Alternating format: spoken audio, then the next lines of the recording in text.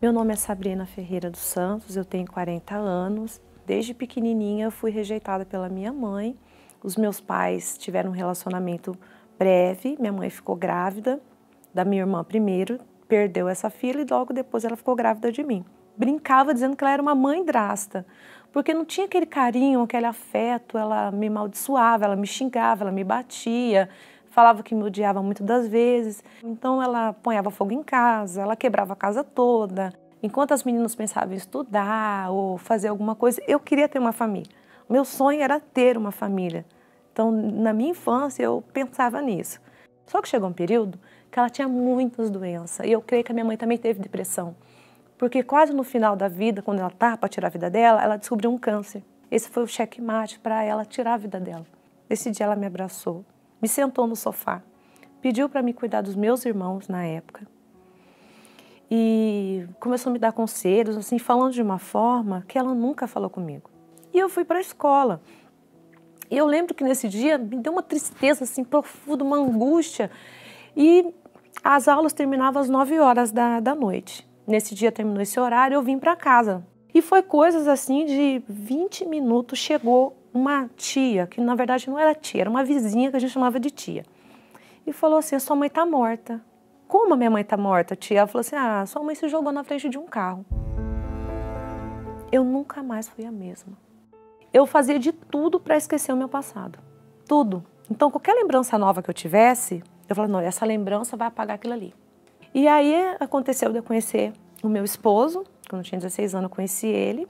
Então eu falei, pronto, agora eu vou ter minha família, né? Esse homem vai cuidar de mim, eu vou cuidar da minha casa. E eu namorei com ele um ano e com um ano a gente foi morar junto. E eu acabei tendo atitudes que a minha mãe tinha com meu pai.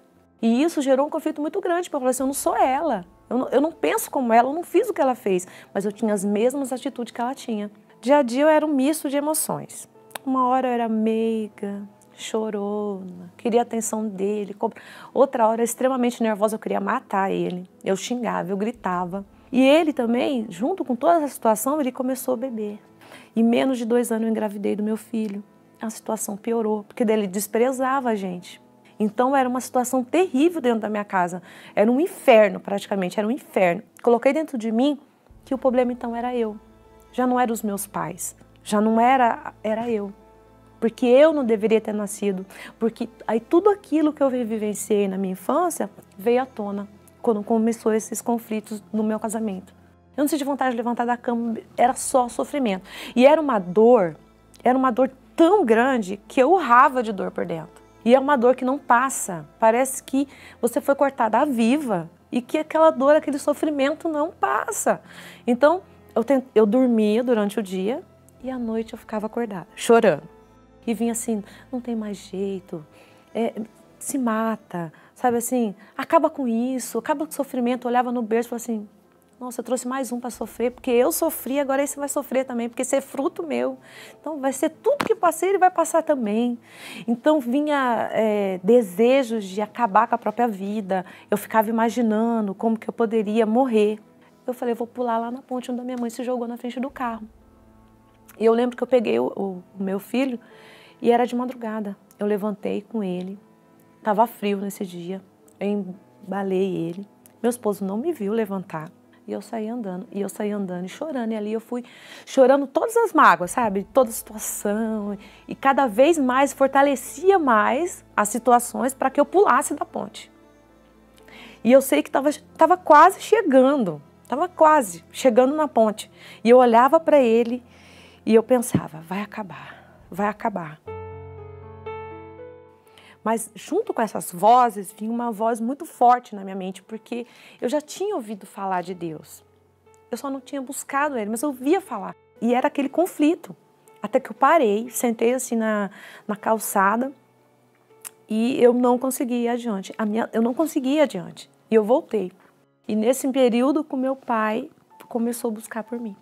Ele já estava indo na Igreja Universal e nesse período que meu pai começou a ir, foi bem no período da perseguição da igreja. Eu falava muito mal da igreja. E aí meu pai com jeitinho foi falando e aí o cume da situação para ele conseguir me trazer foi a doença do meu filho. Eu fui pelo meu filho, contrariada, mas eu fui e meu filho foi curado. E aquilo me despertou para estar vindo novamente. E aí eu comecei a vir. E já não buscava mais por ele, eu comecei a buscar por mim. E aí eu via o pastor orientando e falando que depressão tinha cura. Como eu já tinha vindo de outras denominações e nunca tinha falado disso, nem de depressão, nem de cura de depressão, eu questionei, mas como uma igreja? Como na igreja eu vou vencer essa situação? Né? Se ninguém está vencendo essa situação, nem lá fora, nem com remédio ou com outro tipo de cura, como na igreja eu vou vencer essa situação? E eu lembro que se falava muito que sem o Espírito Santo, a gente não conseguiria vencer as batalhas interiores. Então aquilo foi muito forte, chamou muito a minha atenção, porque eu não queria só estar na igreja, eu queria vencer.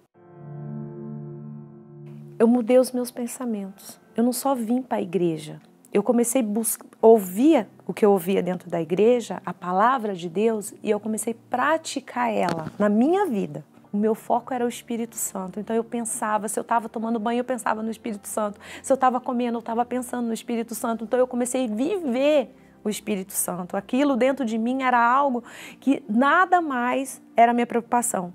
E teve um período que eu lembro que foi de vigílias, que teve na minha igreja. Foram 8 vigílias para quem quisesse receber o Espírito Santo, ter um encontro com Deus. E eu foquei nessas vigílias e eu comecei a ir. E aí eu lembro que ele falou assim, olha, vem aqui na frente como se você viesse pela última vez. E eu fui como se fosse pela última vez. E aí a gente chegou no pé do altar, nós começamos a buscar.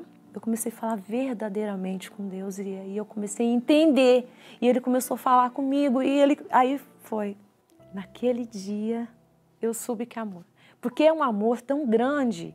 E não é um amor de sentimento, é um amor profundo. E ali eu senti alegria de verdade, aí eu senti paz de verdade, porque não era momentânea. Eu senti uma força que eu não sentia antes e eu não conseguia mais parar de falar com Deus, eu não queria que aquele momento acabasse. E é algo assim inexplicável. Então, logo após eu receber o Espírito Santo, eu tinha ainda várias questões para me resolver. E uma delas era o meu casamento.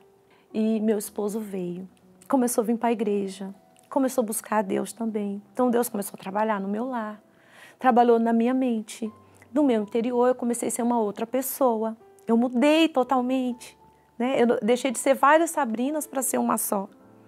Né? E isso trouxe uma renovação para minha casa. Então ele moldou o meu casamento. E meu esposo hoje, ele me vê como uma mulher de Deus. Hoje eu conto de depressão, eu falo do que eu passei, mas não me vem um sentimento e um pensamento de tristeza. Eu não fico triste porque eu conto que eu tive depressão, porque Deus tirou tudo. Eu sou feliz com a minha família? Sou. Mas se eu não tivesse uma família, eu seria feliz. Entendeu? Eu sou feliz com meu esposo, eu sou feliz com meu esposo, mas eu sou feliz também quando eu estou só, porque a felicidade está em mim. Eu tenho lutas? Tenho, mas eu tenho forças porque eu sei que eu vou vencer. O Espírito Santo me dá essas forças para vencer. Então, para mim, ele é tudo.